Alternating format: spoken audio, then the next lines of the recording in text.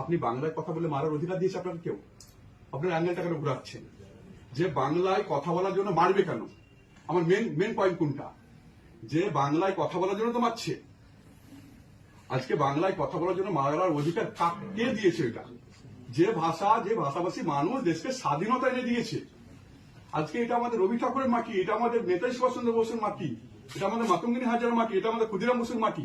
তাকে মারার অধিকার কে দিল? আপনি জিজ্ঞাসা করুন বিরোধী থেকে যে প্রথম তোমাদেরকে বলো যে তাহলে অন্য স্টেটের মানুষ এখানে কাজ করছে বলুন। বিজেপি শাসিত প্রত্যেকটা স্টেটকে, অনেক স্টেটকে দেখাবো।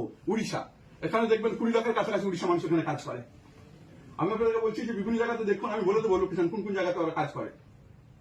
তাহলে উড়িষ্যা থেকে লোক এখানে কাজ করতে আসছে, আপনার বিহার থেকে লোকেরা এখানে কাজ করতে আসছে, ওটা তো বিজেপি শাসিত রাজ্য।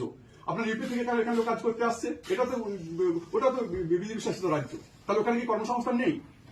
কোশ্চেনটা হচ্ছে যে কোনো মানুষ, ওদের যেমন এখানে আসার অধিকার আছে, আমাদেরও যাওয়ার অধিকার আছে। আজকে প্রথমে একটা সেকশন লাগছে পরিযায়ী শ্রমিক, গরিব মানুষ বলে প্রতিবাদ করা, অন্যরকম ভাবে মাটি করার চেষ্টা করা হচ্ছে এটাকে। আপনাদেরকে বলে দিলাম ধীরে ধীরে এমন ভাবে একটা দাঙ্গা ছড়ে দিয়েছে এটাকে যে বাংলায় কথা বলে বাংলাদেশি।